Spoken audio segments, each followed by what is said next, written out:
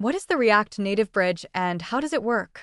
React Native lets you build mobile applications using JavaScript and React, but your phone runs native code written in Swift for iOS and Kotlin for Android. The bridge is the mechanism that connects these two completely different worlds and makes cross-platform development possible.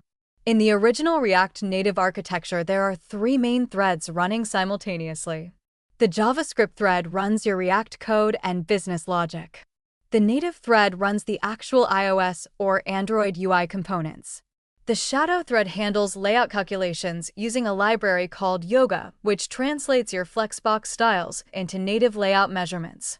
When your JavaScript code needs to interact with a native component like a button or a camera, it sends a serialized JSON message across the bridge to the native thread. The native thread receives the message, performs the action, and if needed, sends a response back across the bridge to JavaScript. Every single interaction between JS and native code goes through this serialization and deserialization process. The problem is that this serialization is expensive and the bridge is asynchronous, meaning JavaScript cannot directly call a native function and get an instant result. For simple apps, this is completely fine, but for complex animations, gesture handlers, or real-time data processing, the bridge becomes a bottleneck, causing frame drops and janky UI. This is why React Native introduced the new architecture, which replaces the bridge with JSI or JavaScript interface.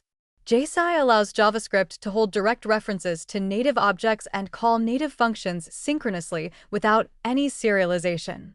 This makes React Native apps dramatically faster and more capable for demanding use cases like 60 frames per second animations and real-time video processing. Understanding the bridge helps you write better React Native code by knowing when to move heavy work off the JS thread and when to use native modules for performance-critical operations.